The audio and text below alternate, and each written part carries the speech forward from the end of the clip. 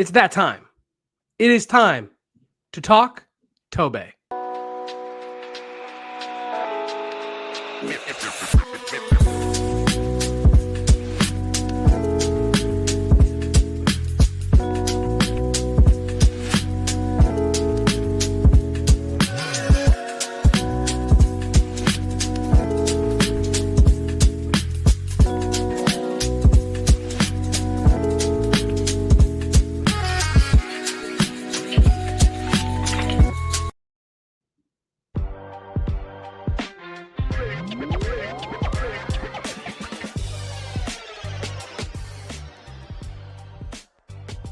Welcome on in, everybody, to the AZ Wildcats podcast, coming to you live from Studio K, presented by our friends over at Circle K. I am, of course, Damon Fairall, otherwise known as Damon Dog.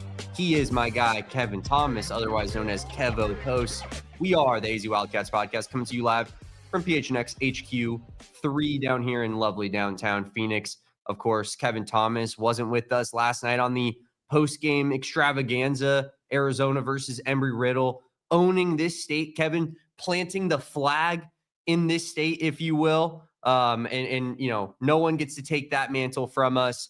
And it felt, you know, very much like a lot of Arizona versus in-state opponent games do, whether that's NAU, whether that's ASU, looked pretty similar. But of course, it was a huge blowout victory in favor of the Wildcats. And we are here to talk about it all day long on this podcast, as well as bringing you guys our Big 12 power rankings, which have become so famous, so discussed, so widely acclaimed. People are chomping at the bit to see how Damon can put BYU down in this week's power rankings, as I promised a couple BYU fans on Twitter. But without further ado, I just want to start things off and just say, hey, Kevin, how are we feeling? The people are concerned. You know, I've felt a lot better in my life. I'd be lying if I said I've not felt better in my life, but it's good to be back on the pod. I'm very excited to talk about all that was the Embry-Riddle beatdown of the Harvard of Aviation. Damon, is that correct? Shout out to Matt Muehlbach on that as well. So yeah, very excited to be back on the pod. And I don't know, the power rankings, Damon, it's complex because the Big 12 is getting to a point. It's getting down to the stretch. It's getting down to the money, you know, money down, so to speak. And these teams, the margins between them are getting a lot smaller in a lot of ways. So very excited for that segment as well. Yeah, nothing is more difficult than doing Big 12 power rankings. And this week is definitely a big wrench that's been thrown into those rankings. So it should be pretty interesting to get a look at, you know, the teams that Arizona honestly has left on their schedule, Kevin, because I think that this past weekend's results drastically improved the Wildcats' chances of making a bowl game. When you look at, you know, the way that a Baylor has fared, a way that a Kansas has fared in recent weeks, and not to mention Colorado seemingly quitting ahead of Saturday's matchup against Arizona. So we're going to be talking about football in the latter half of the show, but we do want to start with basketball. We do want to start with Embry-Riddle. As Max says, the two top teams in the state going toe for toe. You love to see it. What did you see early from this game, Kevin? Because I think that most Arizona fans went to one place early in this one. Were you in that same place as the rest of us? If it was Lithuania, I think so, because I tweeted it during the game. I really want to like Matthias Krivas as a player. And it's a long season and he's coming back from a long layoff. So there's a chance that he rebounds and he becomes the player that Tommy Lloyd has advertised him as, the player that draft analysts still have some sort of faith in. But early days, early doors, it does not look that way. It feels like Matthias Krivas, like we're talking about getting his legs under him. And I understand that, you know, it takes time for that to happen. But there is just some scientific things that need to happen. And by that, I mean, you are a certain amount of mass if you are Matthias Krivas. Yeah. The defenders for Embry-Riddle are a lower amount of mass than he is. I don't care if he hasn't played for 3 years. He should be able to put the guys through the basket if they're playing for Embry-Riddle. It gives me concern. Florida is up next. It gives me concern that Matias Krivas can bang with an Alex Condon, which sounds crazy because Alex Condon is not like the beefiest guy in the nation. However, Mo Krivas is a big man that plays small, genuinely. And I think that he could be really good. And this is a conversation that I was really excited to have with you, Damon. I did not text you about it last night for this exact reason. I wanted to bring it to the show.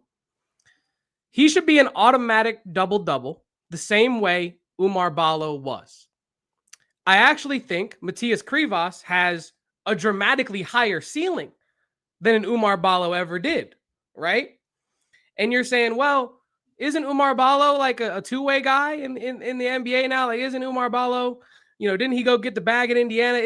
Wasn't he? Yes. And I think Oumar Ballo maximized his potential, right? Like, I think Oumar Ballo is a man who put in the work, improved himself, got better, maximized his potential. I think we're seeing a Matias Krivas that is like, I don't want to say minimizing. I think that's a bit dramatic.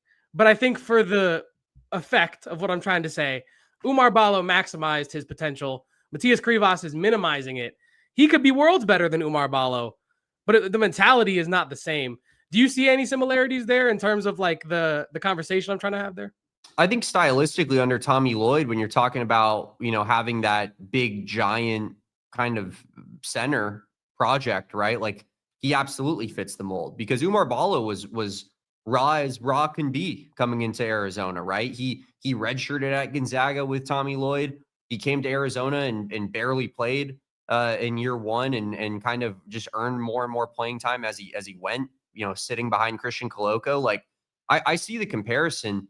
But I hear you on the ceiling aspect, but I think it's also clear as day that Oumar's floor was a lot higher as well, right? Because we saw once Oumar started getting the leash to start, he was giving you that double-double type of production. Yeah. Whereas Mo Krivas has been given plenty of ramp to start at this point last season and now this season, and we continue to see him seemingly struggle even against inferior competition or just kind of look out of sorts. And Saul was talking about it yesterday, Kevin, on the postgame show, and check it out if you guys didn't watch it already. But, he was talking about how it can be a little bit jarring for a guy that's that big when you have a bunch of very, very smaller guys defending you, right? And you're not really used to it as much. So maybe he gets out in front of a little bit more height in Florida and it's more what he's used to. And, he's ready to go. But it's just a consistent problem we see with Krivas where it doesn't really matter who he's playing. He looks like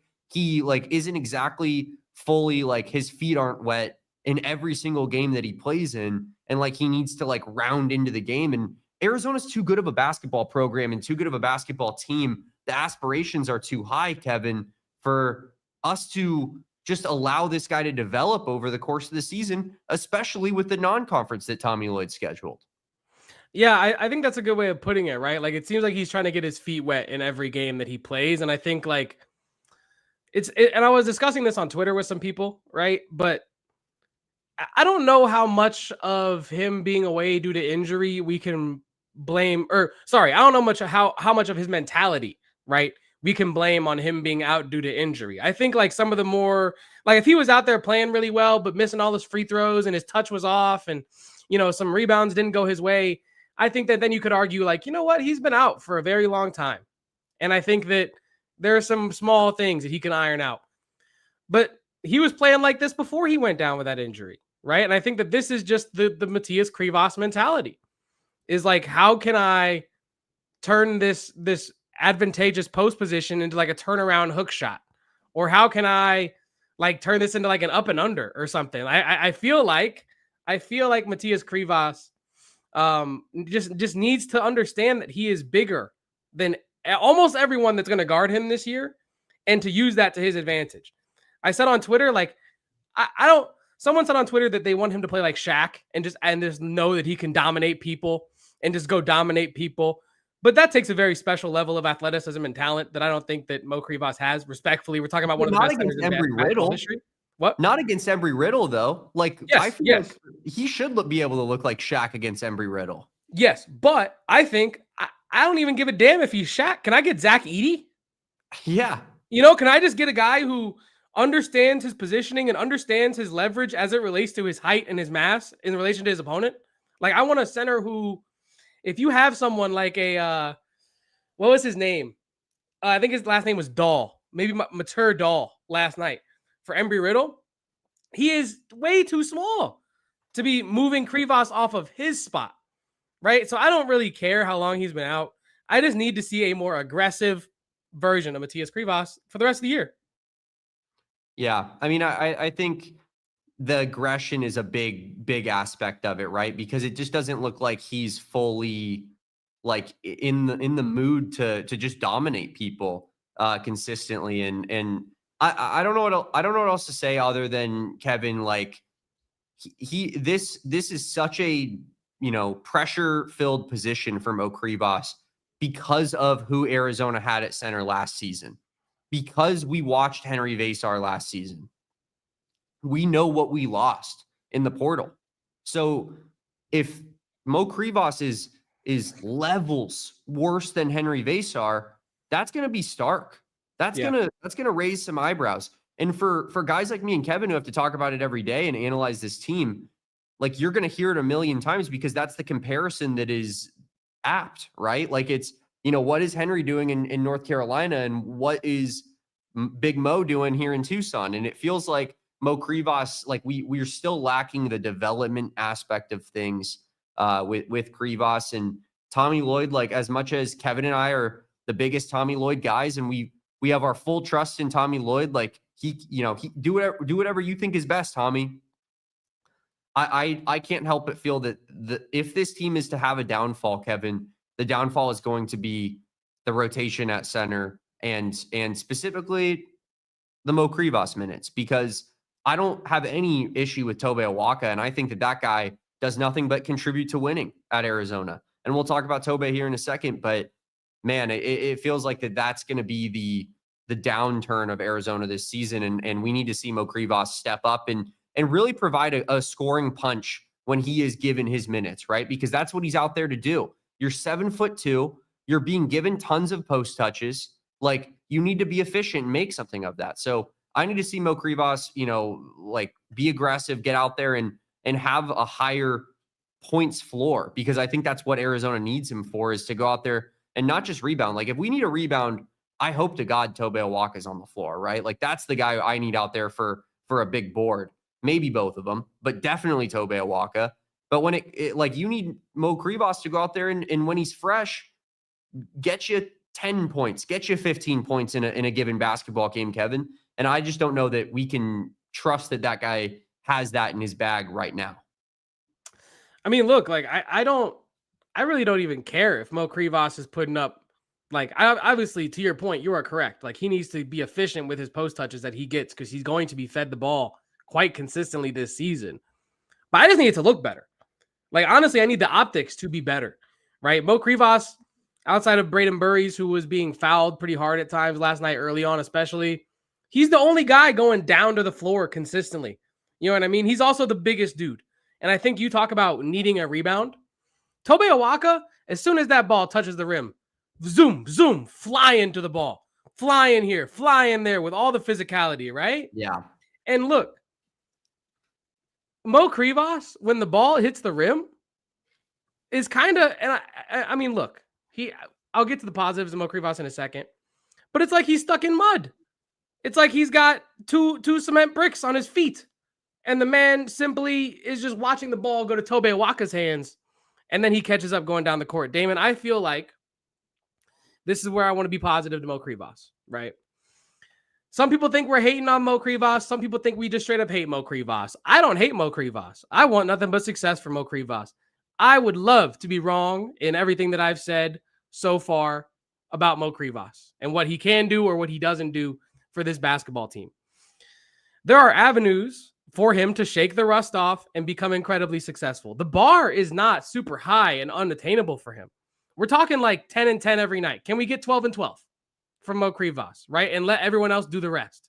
I think that is kind of his best route on this team, is being a supplementary piece that isn't the most versatile, honestly isn't the most dynamic in any real way.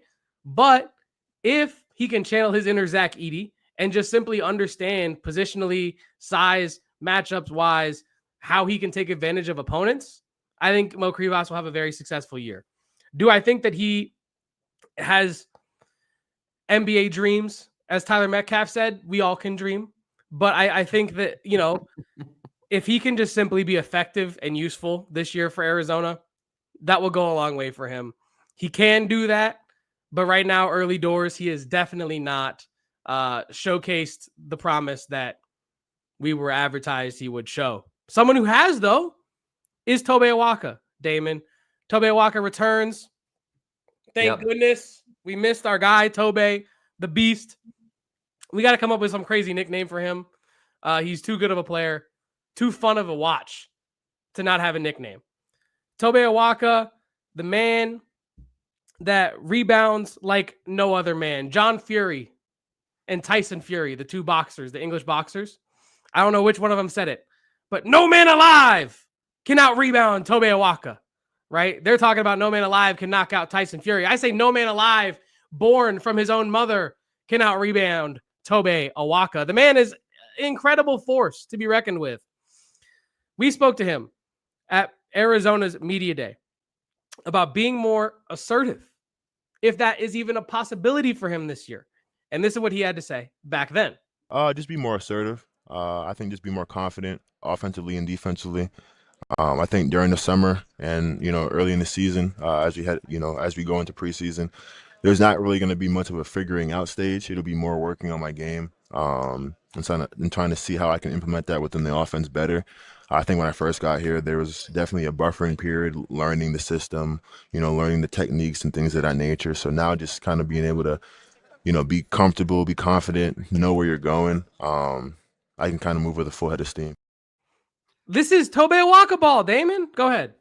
I was just going to say a little fun fact. That's actually Kevin's favorite shot we've done in the history of the AZ Wildcats podcast since we took over this iteration. No. Cut Damon off the screen and just get Kevin with all the U of A basketball players. This is not true. That is not factual what Damon is saying. Do not listen to him. Also, to my mother in the chat who says she is not allowed to chat. That is also not true. That is also not true. You were very much welcomed here. Very much welcome to chat.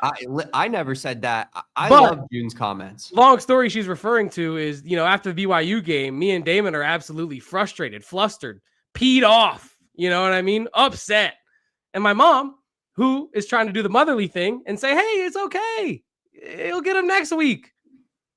There ain't going to be a next week if Arizona keeps choking games, is where I was coming from.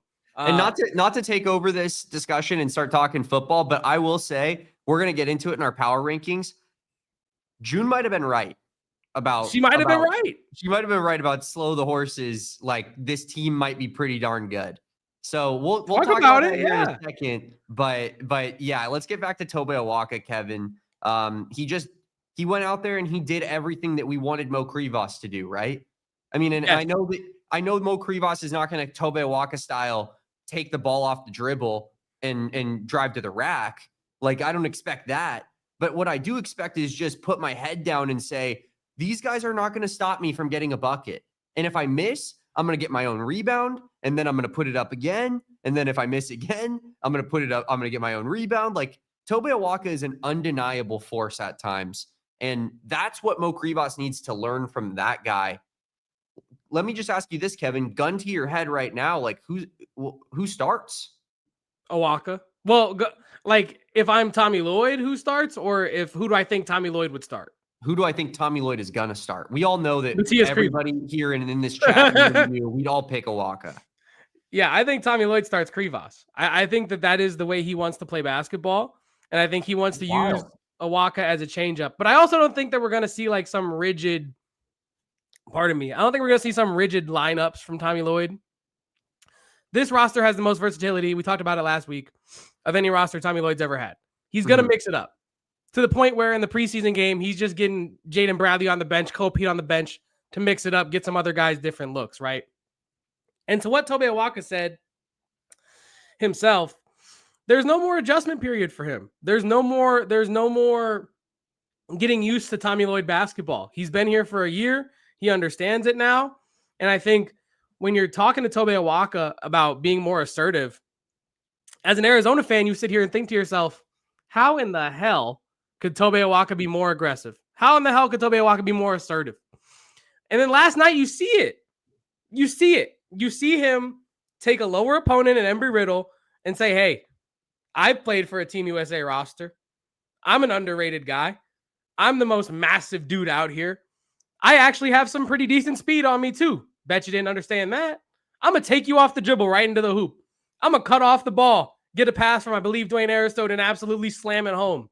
I think that Tobe Awaka, we talk about Koa Pete being underrated. We talk about Dwayne Aristotle being slept on. We talk about Kharchenkov being an X factor.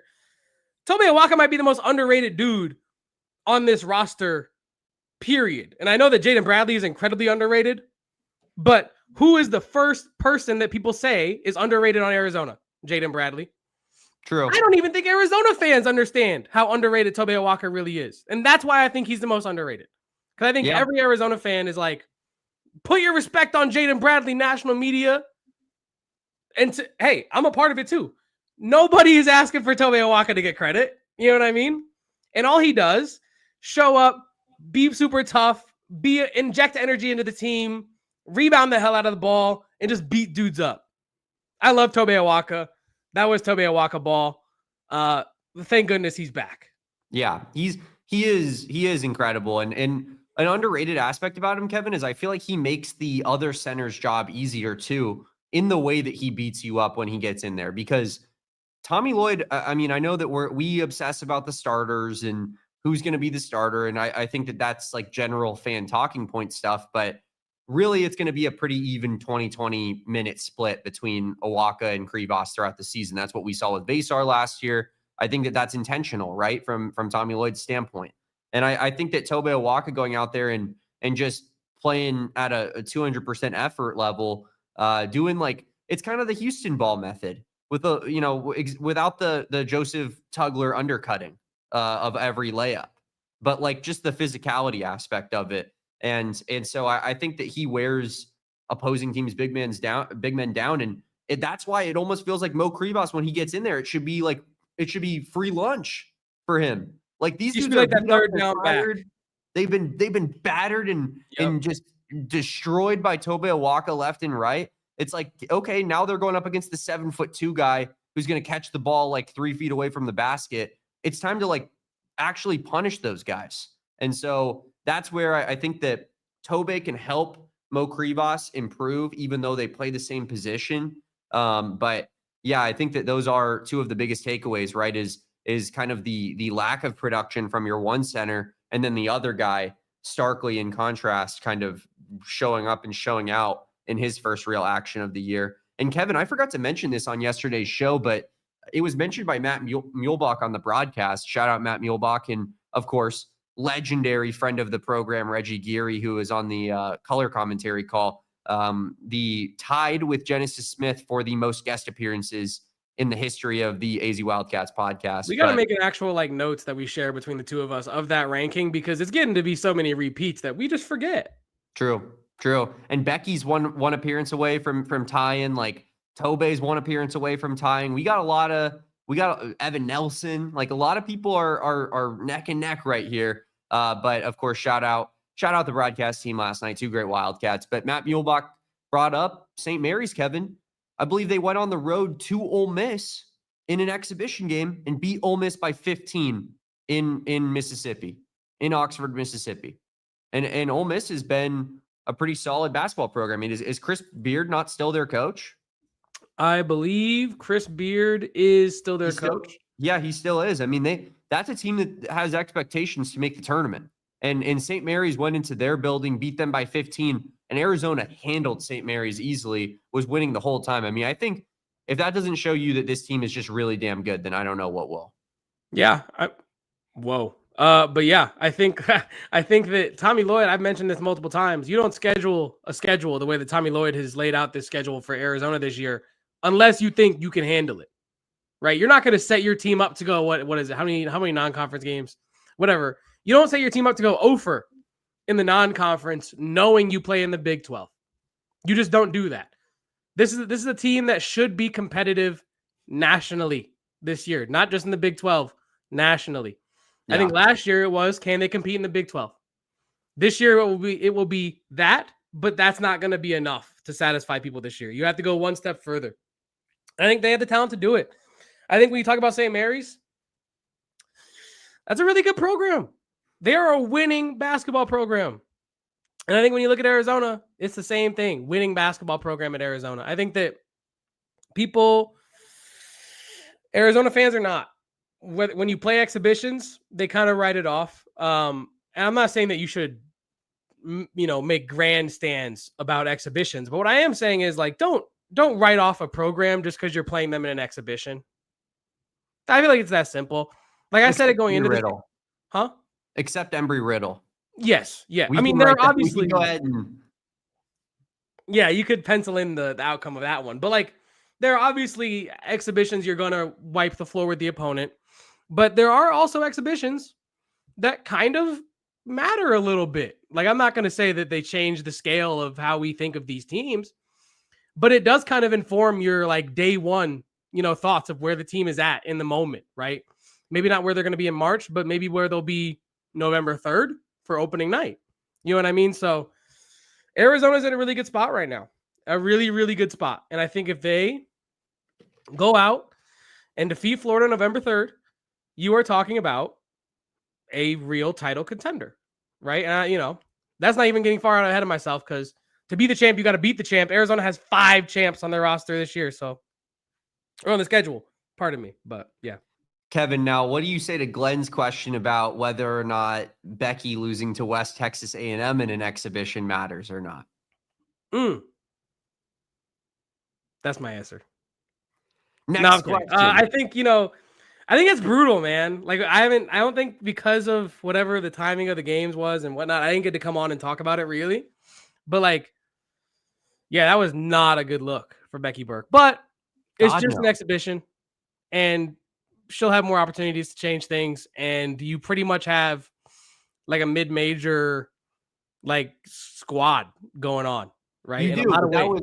That was what was recruited by your coach. And I think, not to say that people were like, this team is going to be unreal, but I think it was hyped up to a point of, like, they should be competitive. And even if West Texas A&M is a really good D2 team, which it seems like they are, that's not acceptable especially in women's basketball, where the level of competition is, like, men's might be here, women's is probably, like, right here, and the gap is closing, but the low level women's players are not the same level as the high level women's players at this moment in time. And so losing a game like that is pretty unheard of. And yeah, I will say we may have said that Arizona could potentially be better than ASU this year, and I don't feel so good about that prediction after a couple exhibition games.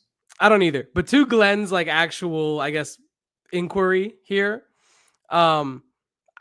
I think it is. Like, I think what I said still stands, right? Like, it gives you a better idea of where that team is at heading into opening night. And Arizona women's basketball, nowhere near where we thought they were heading into opening night, but that is okay. It is not like a definitive thing that will, bar any success for the season, but it's definitely a nice little save point for any gamers out there. It's a save point to be like, oof, that last level was a little tougher than I expected. I'm gonna have to go back and up my attributes before I get into this next level.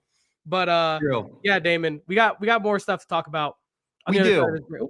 Before we do, I do just want to say, Jervis asked the question earlier, Kevin, whether or not we're going to be doing a watch along for the Florida game next Monday. We will be doing a pregame show 30 minutes prior to opening tip. We will be transitioning straight into a watch along after that. And then we will be doing a post-game show about 10 minutes after the game is over. So don't you worry, guys. We'll be sitting there hanging out with you. If you guys want to watch the game with us, get our thoughts in the moment, chat with us, have a good time, that's where you're going to want to do it, in the watch along on a Monday with me and Kevin, watching the Florida versus Arizona game, night one, big game in the first matchup of the season for Tommy Lloyd and co. So excited for that, Kevin. And I do believe we also have some super chats here from our lovely chat. If we wouldn't mind getting into some of those real quick before we hit the break. Yeah. My mom, who apparently is not allowed to chat, but is allowed to super chat. So that's a thing. Kevo and Damon Dog still not feeling well. And then my grandpa said, "What about me? I'm not feeling well either." She said, "Too bad, Tom." So thank you to my mom for the super chats and the laughs. Please chat whenever you want. You might have ended up being right about the whole BYU thing in the end. So fair Tom, is fair. I hope you feel better. Yes. I hope you feel better. Me as well, Grandpa. Me as well. AZ Cats G, shout out to you, Mr. Man. Hope you guys are feeling better. BTFD and get better. I'm trying to BTFD right now and like you said, get better. I got my hot tea with some honey in it. I got some water over there. Had some soup earlier. We are on the recovery trail, Damon. We certainly are. Yeah, I'm just a little stuffy, but I actually feel pretty good. I don't know if you noticed last night, guys. I was drinking some tea on the old post game show with Saul Bookman, so we're on the same page here, Kevin. Hell yeah. Also, we didn't talk about it at all. Speaking of last night, that game was unbelievable. It was all night, Damon. Just for that ending, I went to bed upset. I was with Sean DePaz. I wasn't with him. Mentally, I was like spiritually with him. What are we talking about? All that just for a Dodgers W. It's BS. It's absolute BS. I've sent Damon off the screen because the Dodgers won that game, and I'm not happy about it either. But it's the AZ Wildcats podcast. We're going to take a quick little break, talk about some sponsors. We'll be right back.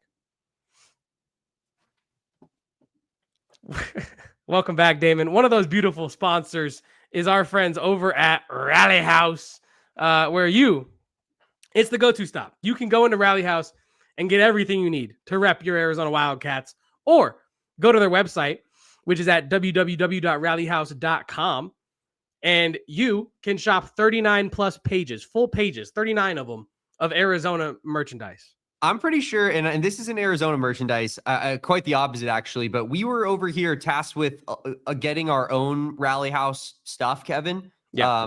Submitting forms, some merchandise that we could wear on our shows. Eric Ruby ordered a whole new damn closet.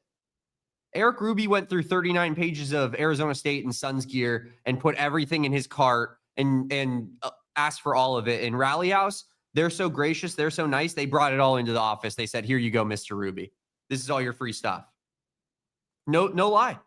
We'll talk about that after we get back from this read. But yes, Rally House, your go-to. If you want to shop and get a whole new closet of your favorite team stuff, you can go ahead and do that with our friends over at Rally House.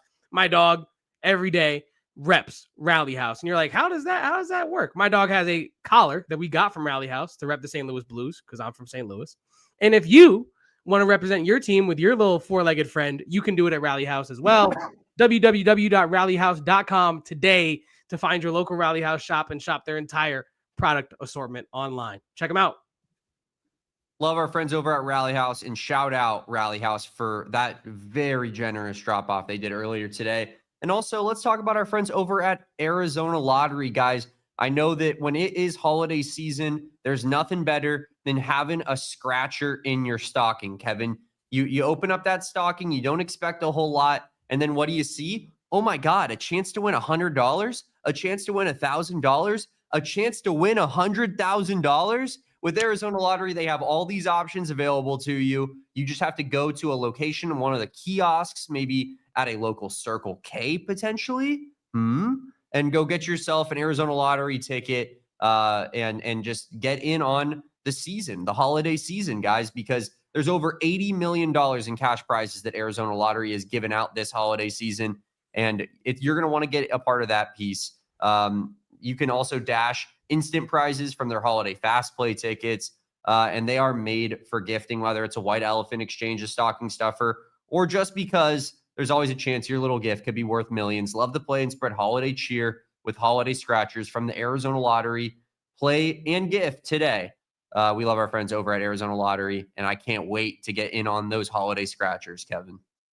I feel the same way. It is a season of giving. It's the most wonderful time of the year and stuff like that. So make sure to give your friends some Arizona Lottery scratch offs. And I have a question for our favorite dinosaur in the chat who says, I wonder if I can convince my local Rally House in Norman, Oklahoma to carry some Arizona gear.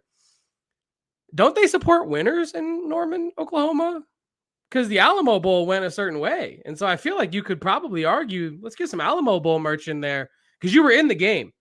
So I'm sure some people in Norman would be like, we didn't really care about it. Some cool retro stuff. But meanwhile, you can be like, bear down. We won this game. I know ball. I think Rally House's calling card, Kevin, is that they only carry the local teams. It is. So our people at Rally House, as much as we want U of A stuff to be worldwide, that's what their website is for. The local locations, those are for the people of their place. And so we're going to keep it that way. It is for the people. I will say, speaking of the people, we've all been in a situation, I feel like, where you go out with either some friends' parents or, a boss or something, and it's a nice restaurant, a restaurant ordinarily you would probably not be shopping at, right? Mm. And they're like, what do you want? And you're like, well, what's the cheapest thing? And they're like, oh, don't worry about that. It's on me. And then some people are like, let me just get my regular meal for free.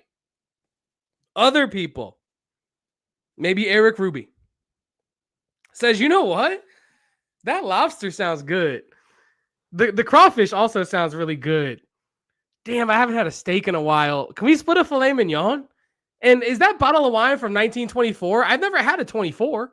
Also, how much money were we willing to spend on this dinner? Okay, well, all that stuff was only like $8,000 out of the 10. So you guys could still have $2,000 of the rest, right?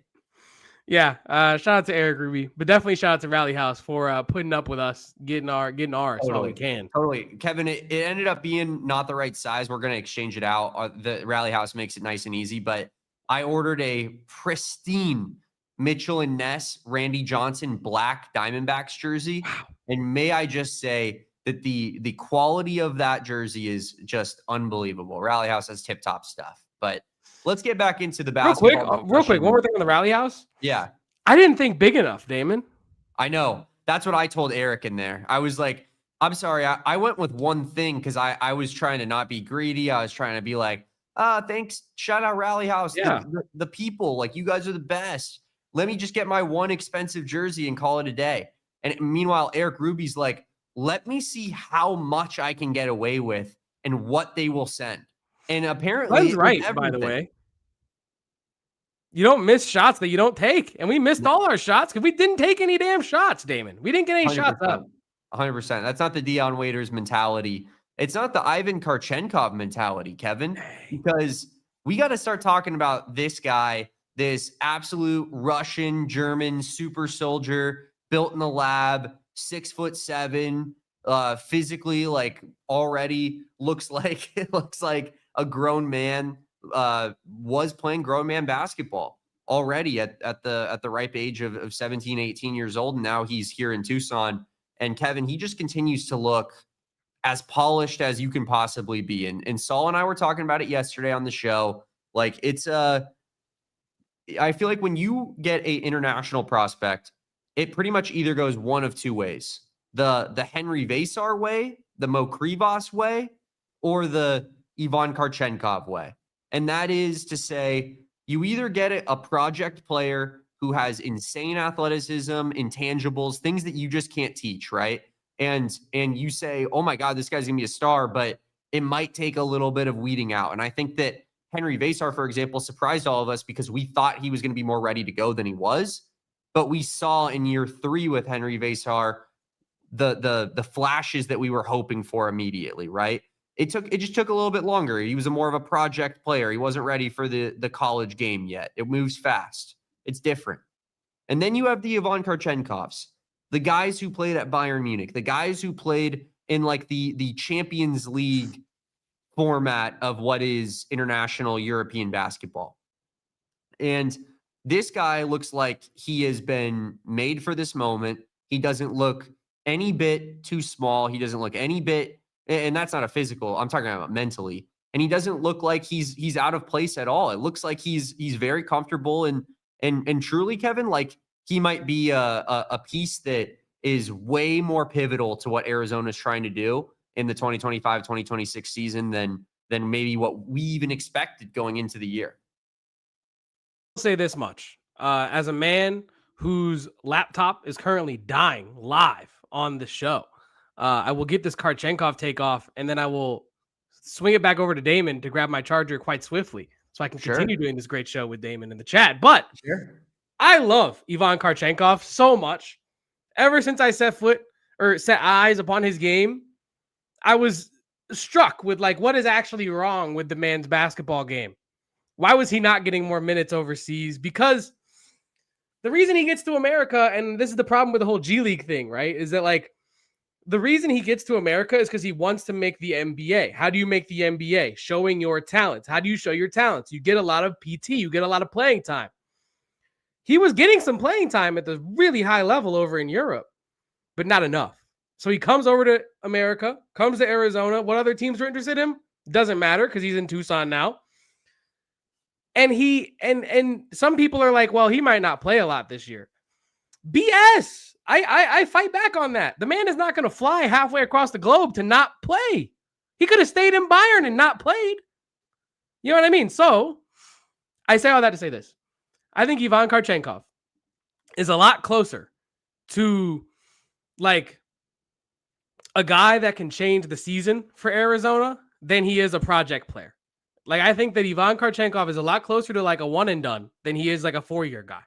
Yeah. And I think like, look at what he's been able to do in limited time in the preseason, Damon. It feels like Aristo needs to get his legs under him a lot quicker. You know what I mean? As an Aristodian and as someone who wants my guy DA to get a bunch of minutes and run this year, it's going to be tough. You have a lot of players on this team that deserve it. And Ivan Kharchenkov, man, he deserves a lot of playing time because what he offers in a variety of areas in the game, Damon, you just absolutely need it. You absolutely need that type of production. And I'll get more into that in a second. But what do you think he could be for this year's team, truly? It's impossible to say because I feel like given the fact that he is, the guy that is, so balanced and really can fill so many different types of holes for Arizona. And he'll be coming off the bench. Like, it feels like in a weird way, the world is kind of his oyster. Like, he can almost, go out there and kind of play his game because Arizona's going to need that bench scoring aspect. And Ivan Kharchenkov currently, as it's constituted, looks like the type of player that really truly could be a difference maker on the bench for Arizona. We got to get Kevin back in here soon, though, because I did compile a statistic for Kevin, and I know he's a numbers man, and he needs to hear this because it's going to fire him up. But Ivan Kharchenkov has been extremely efficient so far in his 2 exhibition games at Arizona.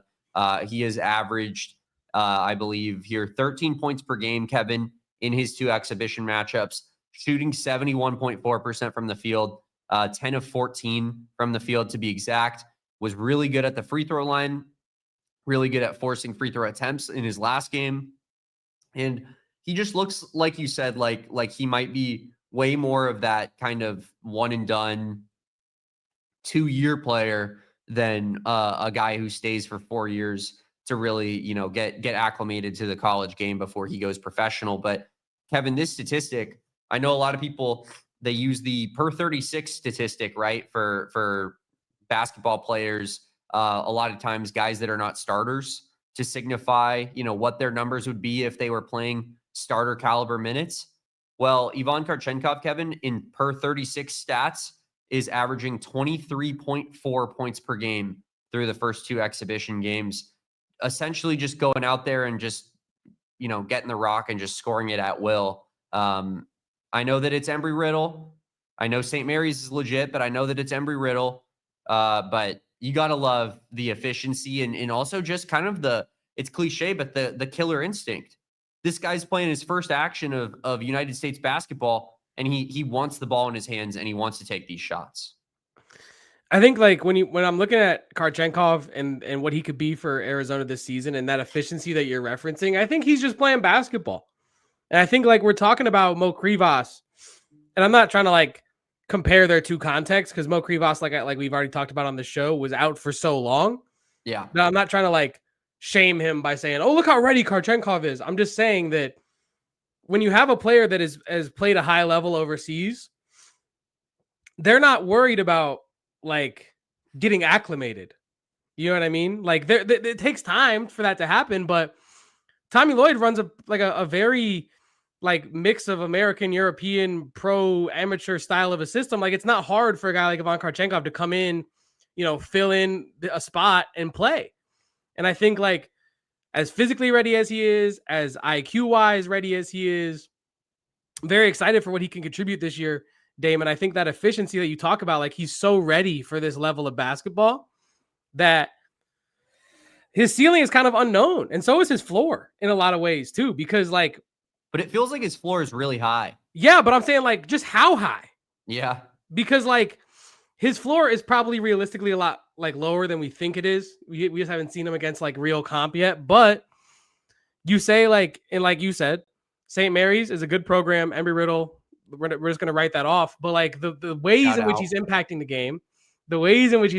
game, I think like that's what you got to look at, right? Like his off-ball motion, his physicality, his desire to play in transition, his creativity when he's finishing. That layup against Embry-Riddle where like he's like backwards, upside down, flips it, and it just kind of like the shooter's touch goes in. That's a pro move. Like the move itself, like you can't really replicate that. Like it's you're not trying to put yourself in that kind of a position, but the touch is pro. You know what I mean? Like the experience is there with Kharchenkov. We talk about, is this ADO's spot the starting 3 spot? Tommy Lloyd, I think, goes with ADO because of experience, and he's been there with him before. Yeah. Kharchenkov's got really good experience too. So if he can start putting it together, if he shows stuff in the non-conference, I would not rule out Kharchenkov starting for that first Big 12 game. Wow. That's crazy. Would you? I don't think we could like I'm not trying to like bench ADO, but I'm just saying like I wouldn't rule out Kharchenkov earning that spot over the course of the non-conference with his play. Maybe it's a KJ Lewis situation where Tommy's just comfortable with him coming off the bench, giving that punch, which is more likely. But like I wouldn't be shocked if Kharchenkov ends up starting to start Big 12 play. Yeah, I mean, I think it's certainly an interesting discussion. I do think that more likely, and I think you would agree with this, not saying that you're not. It's much more likely that Kharchenkov becomes so undeniable that he earns himself starter caliber minutes, but while Delhi is still the starter on paper. Yes. Because I don't think Tommy Lloyd likes taking his leaders, his seniors out of those roles. I think he likes having a guy like Delhi kind of, be a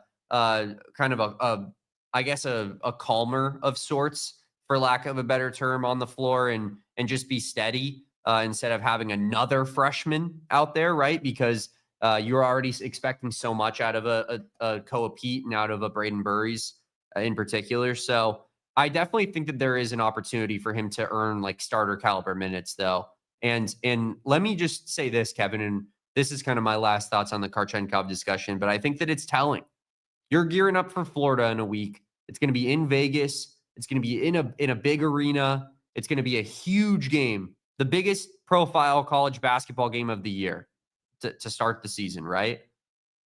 Ivan Kharchenkov has played in bigger games than that. Most of the guys on Arizona have not. Yeah. But Ivan Kharchenkov has. And that's crazy to think about. To your point, and that's why it was the headline today of like, can Kharchenkov unlock an unknown ceiling for this Arizona team? And I don't think that means that like Kharchenkov all of a sudden is going to come out and be like 30-10 and going all this crazy nonsense.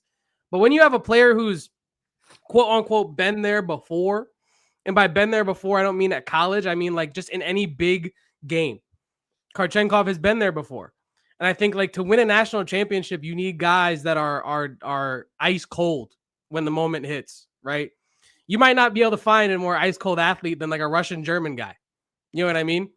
And so I think that Kharchenkov is very important in that way, not only with his ability, but his mentality as well, right? So I think to your point, Kharchenkov, huge X factor for this Arizona team, especially against teams like Florida, Alabama, UConn, BYU. I mean, like Kansas, Baylor, Tech, like everybody on the schedule. You need a guy like Kharchenkov who is going to be level-headed the whole way through, We talked to him at Media Day about how his pro experience can help him with these college runs, right? And we talked about how the Big 12 schedule is going to be long. It's going to be grueling, but no more long and grueling than a European road trip.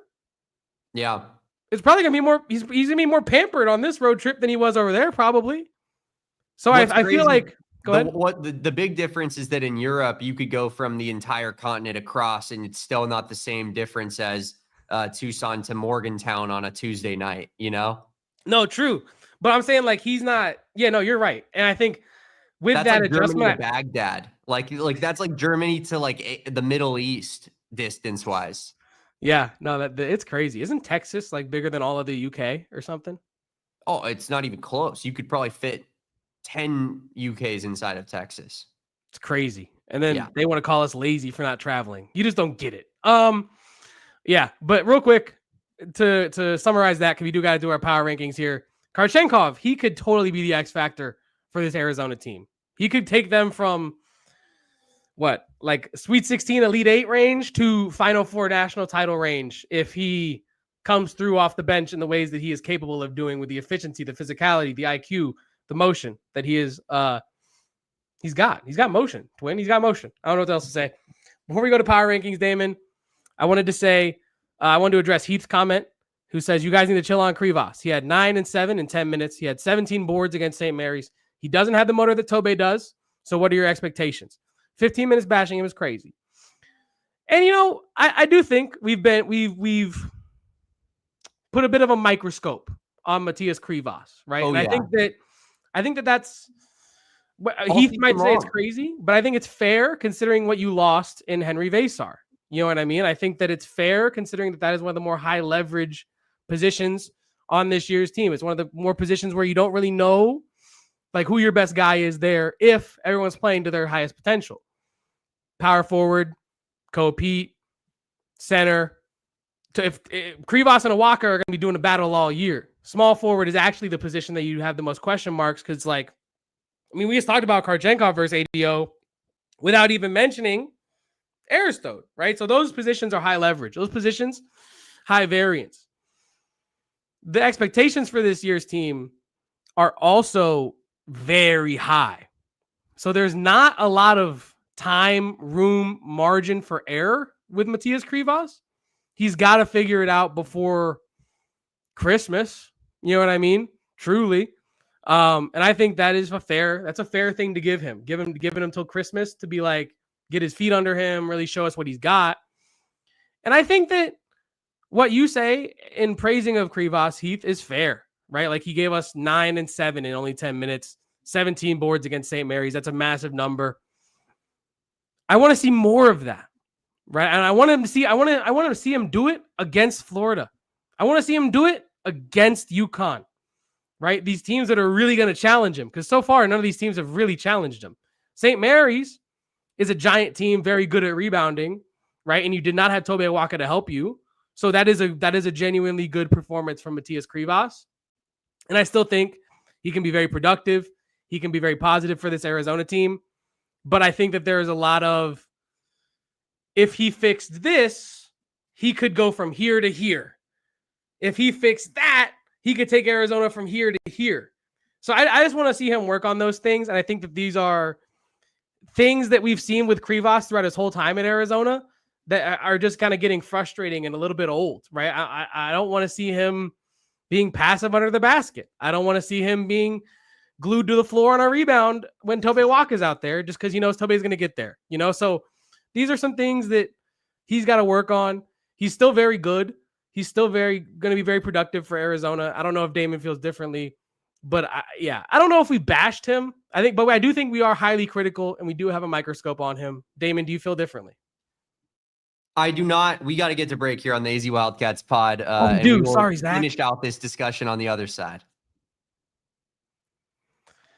I'm sorry to our guy, Zach Bossy, who literally just less than 48 hours ago told us, hey, guys, you should hit your reads a little sooner. But I'm more sorry to Circle K. About Mo Krivas for a little bit. That is very true. And I'm more sorry to Circle K because like my car, sometimes I don't get to Circle K quick enough. You know what I mean? It's always there for me, but I always want to be there even quicker because I love my time at Circle K so much. Whether it's the savings on gas, 25 cents off as soon as you join that inner circle for your first 5 fill-ups. 3 cents off per gallon every fill-up after that until you graduate into the 5 cents off per gallon club like me, like Damon, like Saul, like Erica, like Justin Spears. All your favorite Wildcat media members are part of the inner circle as well. Become like us. Head to your local Circle K. Take advantage of these great deals. They have meal deal matrices, $3 meal deals, $4 meal deals, $5 meal deals. You're getting fed for less than $5, people. This, you can't get this anywhere else but Circle K. So join that inner circle for free today by getting that Circle K app. Terms and conditions do apply at participating locations. Visit CircleK.com for more details. Now, Kevin, we love Circle K, but we also are excited to announce a brand new sponsor here at PHNX Sports and for the AZ Wildcats podcast. New sponsor alert. It's the husband and wife law team. And if you guys are unfamiliar, which I'm sure a lot of you guys are because they have a popping social media game, especially Mark Breyer over there at the husband and wife law team. But Mark and Alexis have been doing this for a very long time. Phoenix is their home, and they want to help you get the best result on your serious injury or wrongful death lawsuit. Guys, they have 8 children. They know what it's like to have a family. They know what it's like to go through something like this where you just want to get some financial compensation to help your family, and they're going to help try to find the best result for you. They're a team that brings hundreds of years of combined trial experience, and they have multiple certified specialists in personal injury and wrongful death. Kevin, did you know that the state bar has only less than 1% of all lawyers are certified specialists for injury and wrongful death litigation?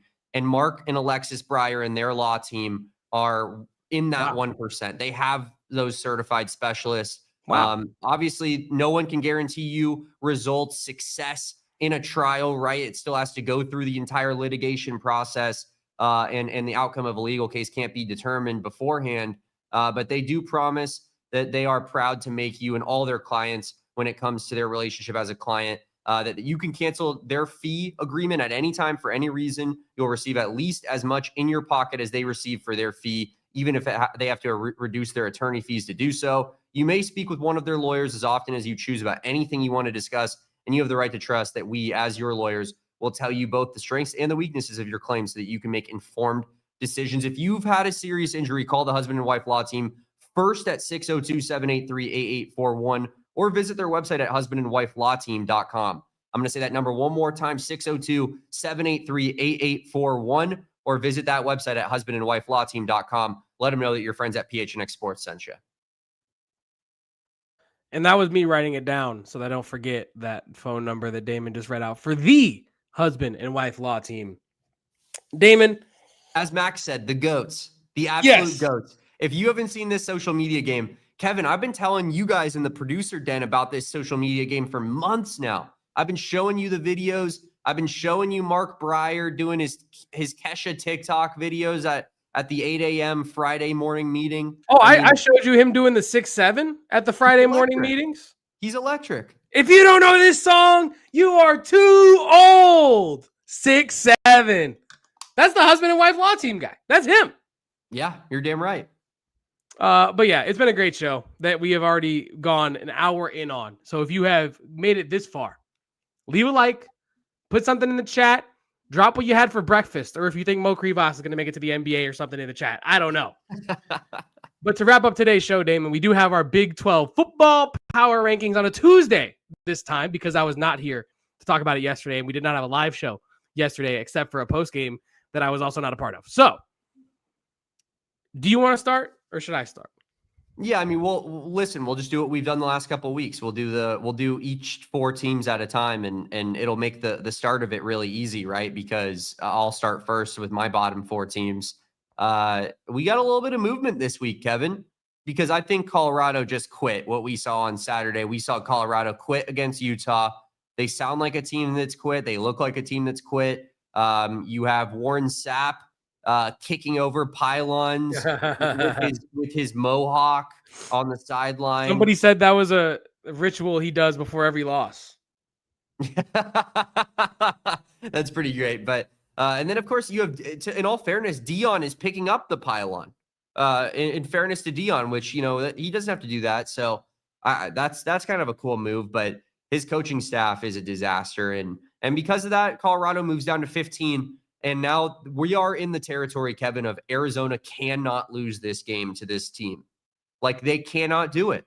After the performance that Colorado just put up last weekend, the way that they just quit in front of everybody on everybody's TV, it's like Brent Brennan, if this team and this program is as locked in as you continue to say it is, and you continue to talk about, they know they should have beat Houston, they know they should have beat BYU, and those are two teams at the top of this conference, then we better see that in Boulder on Saturday night, playing a terrible Colorado football team. Moving forward a little bit, just to round out these bottom four, West Virginia moves up from my bottom spot, Kevin, because I know they lost to TCU, but they could have won that game. I don't know if you were paying attention at all. It was one of my 3 best bets of the weekend. That's why I was paying attention. I had TCU minus 16.5. Didn't even get close because West Virginia actually played a good football game for the first time in a while, and they deserve a little bit of respect for that. Scotty Fox, I believe, is the dude's name, the quarterback that came in that game, Kevin, and he had a little bit of juice to him. I think West Virginia could be a team that is a little bit dangerous towards the end of the year because it seems like maybe they're playing a little bit more competitive brand of football right now. And then to round this out, UCF didn't play, and by extension, they go up ahead of Colorado, who was just a monstrosity of a performance. Well, I love it, Damon Dog. You gave, I think, a lot more, I don't want to say thought, but I think you gave a lot more fairness to your teams in the bottom four. I just said, you guys are still in the bottom four. I don't give a damn what order you're in. Y'all stink. That's how I feel about it. Oklahoma State, worst team in the conference. Relegate them to the Mountain West. Trade them for like Boise State or something. Bring European sports over. I love it. Rich Rod, like you said, has the capability to put out a good football game every once in a while with a team that is not as talented as maybe Saturday's performance would display. Colorado stinks. Arizona has to win that game. UCF honestly doesn't stink. They're just not as talented as the other teams in the Big 12. I feel like Scott Frost is trying to do something down there. Whether it ends up being successful, only time will tell. We'll do a little bit of a snake draft here, Damon. We'll go into my next one, and then you'll hit your next one. I have KU at 12. Man, what could have been for Kansas this year, truly. And Baylor. What? And Baylor. No, and Baylor. Honestly, all these teams in the second column here, what could have been for all of them? Honestly, yeah. KU, if they were able to finish some of these second halves, if they were able to upset Mizzou on the road in a game that was very close, their season looks a lot different. Baylor, if Dave Aranda was not their head coach, they're probably a lot better. K-State, if they didn't play in Ireland, they're a lot better. And honestly, if they just played more like they played the second half of the year, they might be in the top 3 of the conference.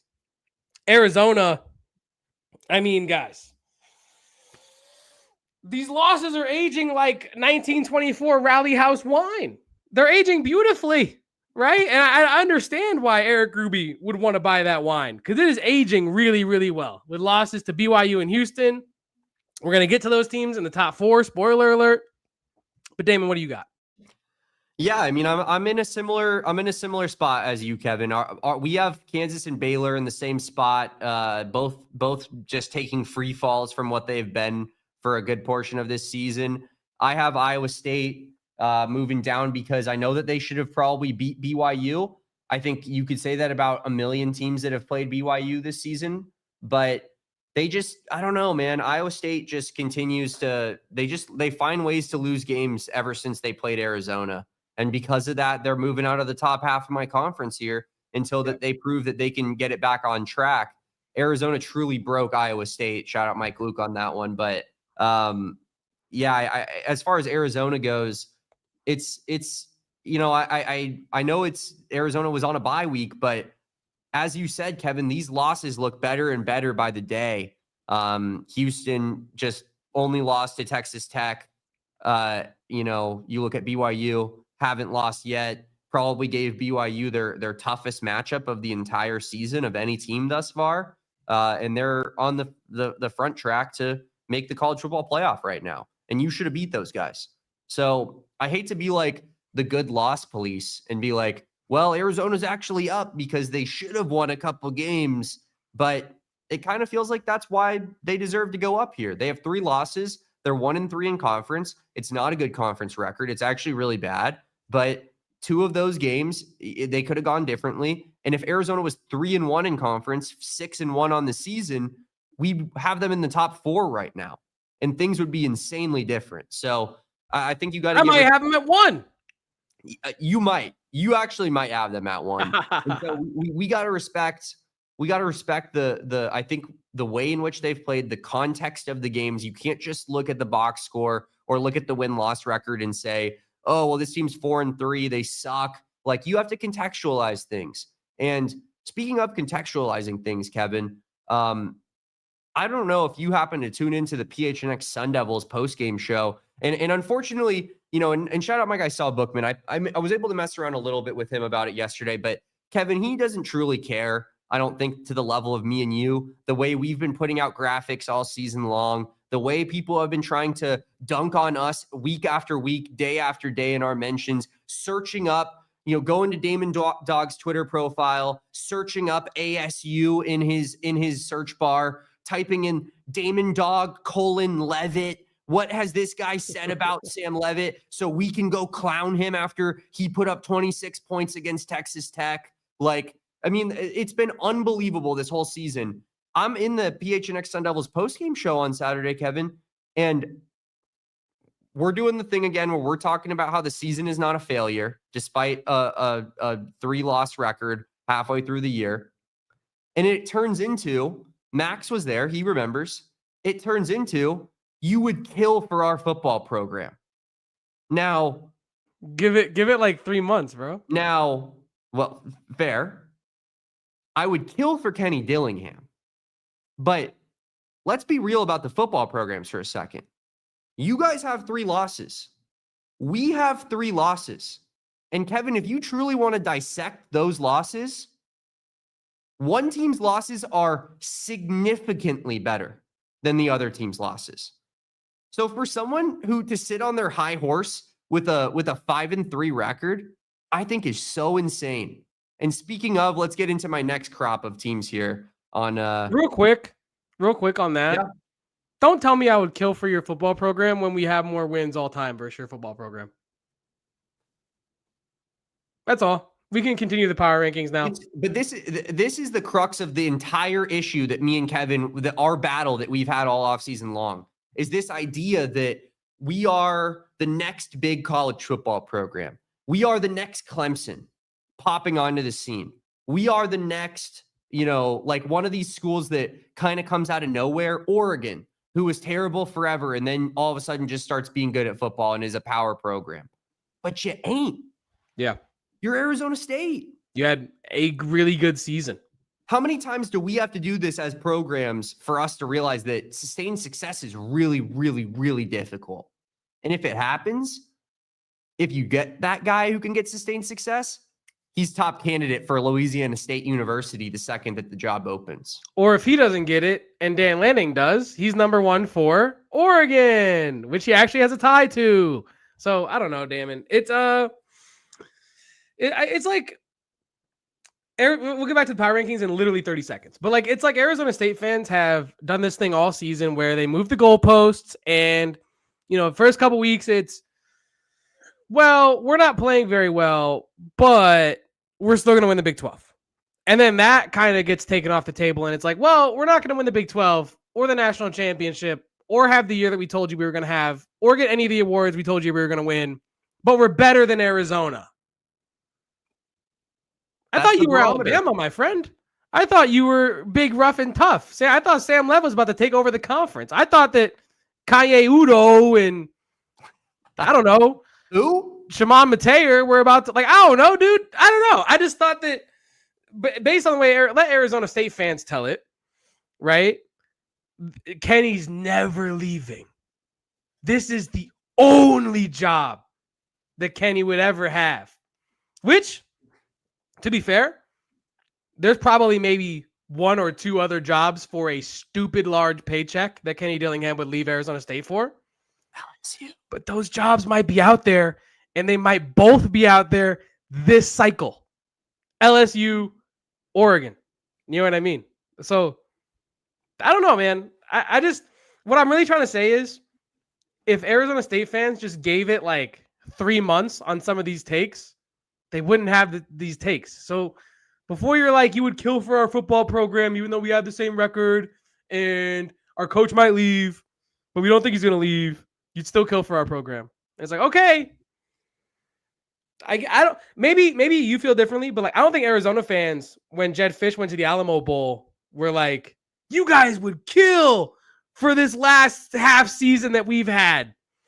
It's I think we were on our high horse a little bit, but to be fair, you get on your high horse, but you're not trying to tell people like, oh, like this is the next powerful team in the nation. Yeah, I mean, I think we thought we were going to have another good season under Jed Fish, and then he was going to leave after that. I think that's where most Arizona fans were kind of reserved to the process of. But what I will say is that these are the same fans that put up a billboard of the score in which they beat us when they had a team full of cheats, literal cheats that they were caught cheating for.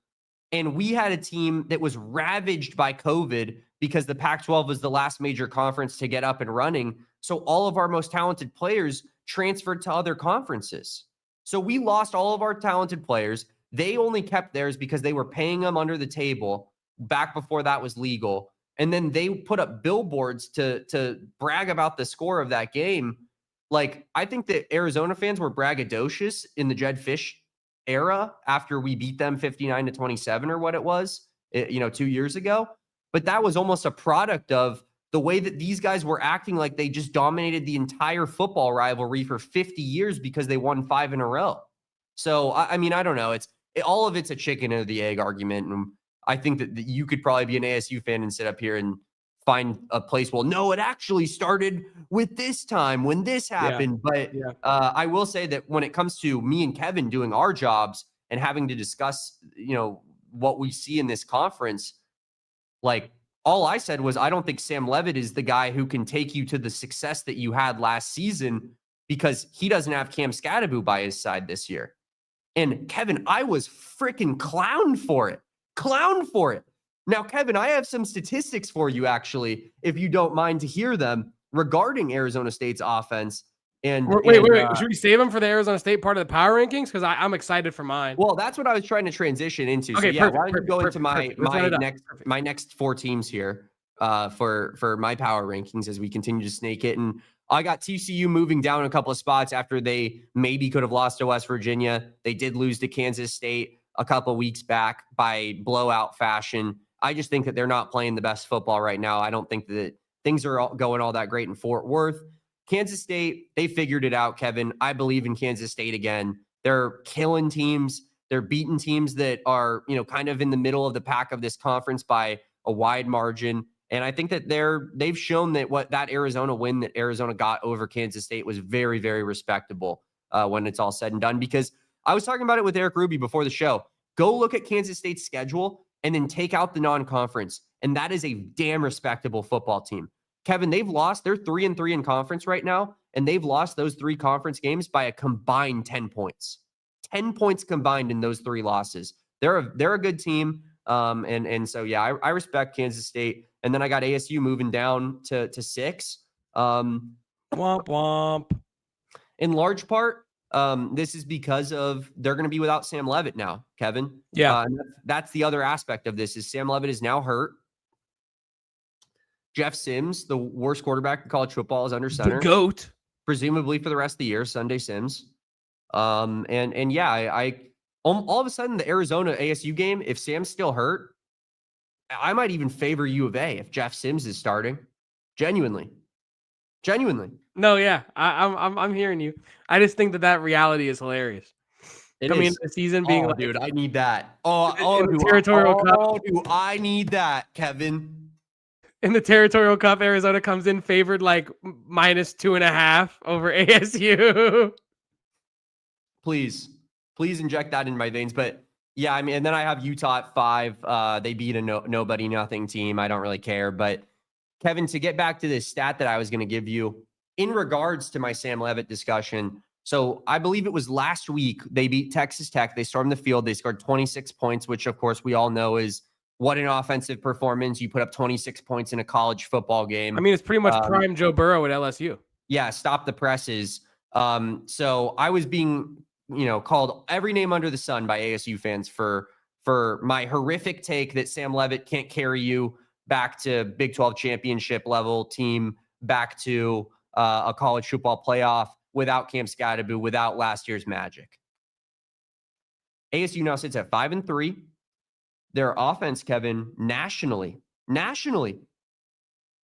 went from last year 32.9 points per game, which was good for 30th out of 134 teams in the country, to 24.8 points per game. That is a decrease of 8 points per game. Okay. And their national ranking is 90th out of 134. 90th best offense in the country out of 134. Damn. Now, why exactly am I getting clowned? Because all I've seen this year is he was supposed to be a Heisman. He's nowhere close. He was supposed to be an NFL first-round pick. His draft stock has taken an immense hit. Arizona State's offense was supposed to be nasty with him and Jordan Tyson. Their offense is mid as hell to actually below average when it comes to teams across college football. What am I missing with this fan base? Why are they dunking on me? What did I get wrong exactly? Well, it's not what you're missing, it's what they're missing, and they're missing Cam Skattebo. So, yeah. Also, real quick side tangent. I feel bad for Cam Skattebo. I feel like we mentioned him, so we must talk about the injury at least for 30 seconds. That sucks. Yeah, it did. Him asking the guys to help him up, knowing his ankle is facing 180 degrees the wrong direction. I'm just going to say that's the coolest thing I've seen so far this football season in the NFL. That's just football. Like, that is a football dude doing a football thing, and then he headbutts Jackson Dart on the way out. So rest up and get back easily, Cam Skattebo. Shout out Scat, man. I got no hate in my heart for Scat. I really don't. Yeah. What I do, Scat, his fans make me dislike him a little bit. I actually like Cam Skattebo, the guy. You know what I mean? Yeah. You and I have, I think, both met him at the office. He's a nice guy. But his fans sometimes kind of crazy people. But yeah, you hate to see that. Hopefully he gets back very soon. People like Kyle Brandt, though, they were tweeting like the guy passed away. And I'm like, guys, he's going to be back next season probably. Yeah. Kyle Brandt was like, rest easy, Scat, take me, not him. What? The guy, it's a broken bone, folks. I don't know. But yeah, I get well soon, Scat. But like, let's all just calm down, man. He's a running back with a broken ankle. He's alive. You can text him, Kyle Brandt. He could. And shout out Scat. That was sad to see. We didn't want to see that, obviously. But in regards to my take, they need him bad. That offense is mid as hell. W in the shot. It's funny. The apologies won't be anywhere as near loud as the disrespect was, Kevin. But that's what we expect. That's what we get into this line of work for. Give me your next, your 5 through 8 here. My 5 through 8 is as follows. TCU moves up, and you're like, wait, Arizona State beat TCU this year. How are they one spot lower? Now, Damon, correct me if I'm wrong. Please, check me if I'm being unfair here. But I'm trying to be objective. And the ASU team that defeated TCU is not the same ASU team we're going to be seeing the rest of the year. Levitt, I think it's fair to say, is not going to be healthy for the remainder of the season. Like, whether he plays, whether he's not going to play, which it looks like he's not playing this upcoming weekend, it's not the same team. Tyson's banged up. Prince Dorba's banged up. They're missing linebackers. They're missing court. They're missing a ton of guys on their roster. And so that ASU team, not the same team that we've been seeing. And that, to our credit, you and me pat ourselves on the back. We've been saying ASU could be a top 4 team in this conference if they're playing their best football all season. But with the injuries piling up the way that they are, they come in at 7. Iowa State comes in at 8. TCU at 6. Utah in that top 5 at number 5.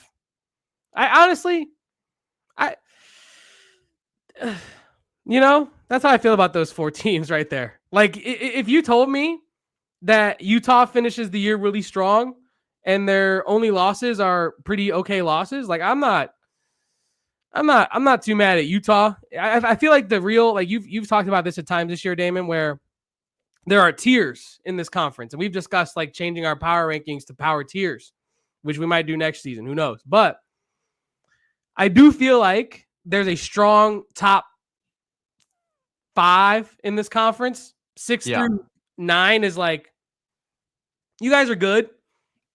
Everything under that is no man's land until you get to like 13 through 16. And then it's like your teams are just bad. You know what I mean? And right now that's kind of where I'm at. So I honestly think that like 4 through like 12 are pretty close, damn close to one another. Yeah. It's wild. It is wild. It is wild. But as we get into your final 4, Damon, what do we got? Yeah, it's my final 4. I'm keeping Texas Tech in the 1 spot after they dominate Oklahoma State. I still think they're the best team in the conference.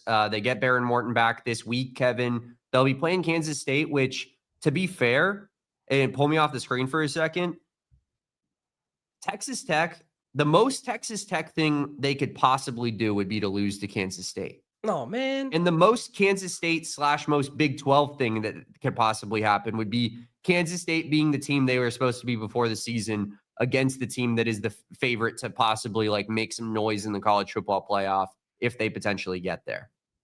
So I'm scared about this weekend. I'm less scared about Texas Tech playing BYU at home because I think that that's going to be like the Texas Tech Super Bowl of sorts. They're going to need to win that game. I think they're going to blow them out in 2 weeks. But before we get there, BYU just continues to win. And I joked with BYU fans yesterday on my Twitter, Kevin, how can I move BYU down in my rankings this week? Well, I couldn't figure out a way to do it. So they moved up to number 2. Cincinnati bumps up to 3 and Houston bumps up to 4. I feel like all these teams, you know, maybe I've disrespected them at certain points of the year. Houston as recently as last week, potentially. Listen, they just continue to win. They deserve these spots. I don't necessarily believe in a lot of them yet. Here's what I believe in. I believe in Bear Bachmeier. I believe in BYU's program. I don't believe in their uncanny devil magic ability to force a team to have the most inexplicable turnover or multiple that you've ever seen in your life to continue all season long. And then when it comes to, you know, a school like Houston, I believe in Willie Fritz. I believe that he's just going to continue to win. And when it comes to Cincinnati, I just believe that team is a team that doesn't really beat themselves. And you're going to have to actually outplay Cincinnati to go ahead and beat them because they're not making mistakes. They're not creating turnovers. They're just being good, efficient ball players. So I think that these teams are all extremely beatable, to be honest. But it is a really solid crop of 4 teams thus far throughout, 8 weeks into the season. It is. And as we move into my top 4 here, Damon, I have Houston at 4, Texas Tech at 3, Cincy and BYU stay right where you are at 1 and 2. Damon, I don't know. Like, I feel like these are the top 4 teams. We could argue until the cows come home about whether or not, Tech should be higher than Cincy, but Cincy didn't lose this past weekend, so I have a hard time moving them down for winning. I don't know. Houston, I feel like they're going to be in Arlington, man. I don't know if you know it off the top of your head, Damon. Go look at their last 4 games on their schedule. Yeah, it's a pretty easy crop, isn't it? Oh, yeah. I'm talking like UCF is in there. I think Baylor is in there, but Baylor's not very good. It's West Virginia, UCF, TCU, Baylor. I mean, they could legitimately be 11-1. 1 loss to Texas Tech. And if Texas Tech stops the devil magic of BYU, that is an incredible loss. So, Houston comes in at 4 for me. Texas Tech at 3, Cincy at 2, BYU at 1. BYU, as you said, I have never seen a campus with more people of practicing faith that has a football team that is this kissed by the devil. I mean, it is unbelievable. It is insane, the magic that BYU has. I respect them.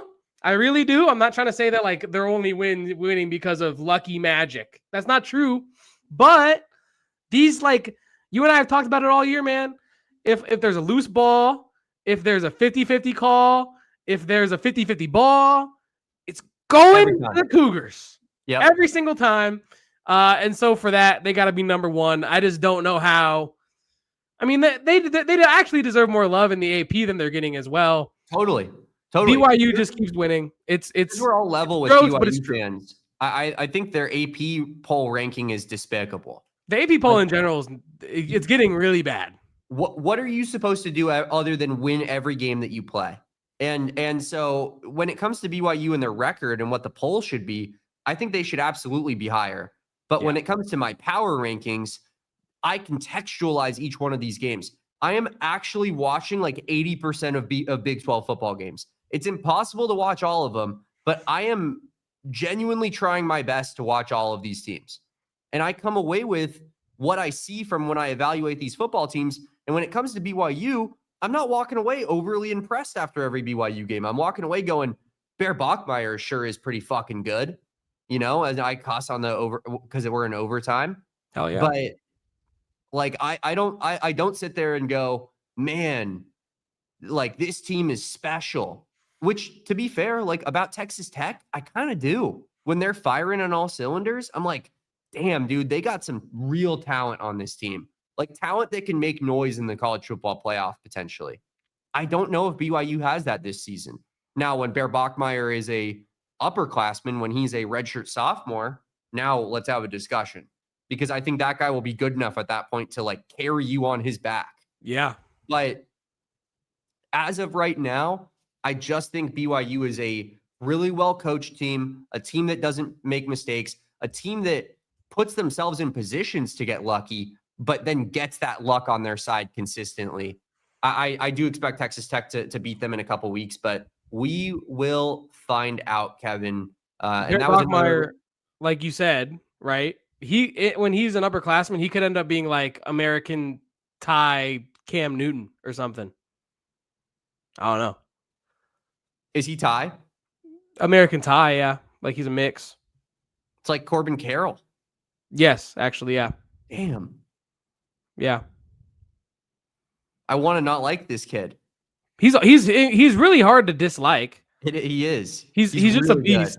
And I think someone in the chat, I don't know, we got a bunch of experts in the chat, but this is like some real in the weeds stuff. But I believe him and his brother Tiger are the first ever like Thai quarterback receiver duo in D1 history.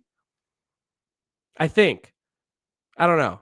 But yeah, really cool stuff going on over at BYU. They just keep winning. I low-key hate it, but I got to respect the game. I high-key hate it, and I say it on my Twitter account all the time at Damon Dog, where you can go follow me for any of my hot takes. And Kevin, that stat that I read you on ASU, I'm planning on putting a tweet out about that guy later today and letting the fireworks just happen over on the social media streets. But of course, you can follow Kevin for a little bit more tame social media existence at Kevo Post. Yeah, it's basketball season. I don't know.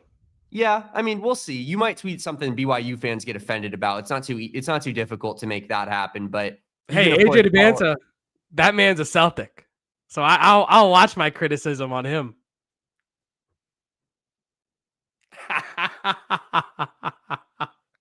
That's going to do it for us today on the AZ Wildcats podcast. I am Damon Dog. He is Kevo Post. We are the AZ Wildcats pod. Follow us at PHNX_Wildcats on all social, except for TikTok. We're at AZ Wildcats pod, and we will be back not tomorrow on a Wednesday because that is our off day, but on a Thursday at 2 p.m. Kevin and I are going to be going live, talking Arizona football, talking Arizona versus Colorado. So make sure that you guys are there for that one. Thursday at 2 p.m. Until next time, we'll catch you. But I'm Damon, that's Kevin, and peace out, bear down. And go Cats. We are all Ivan Kharchenkov. We all silly like the mayor.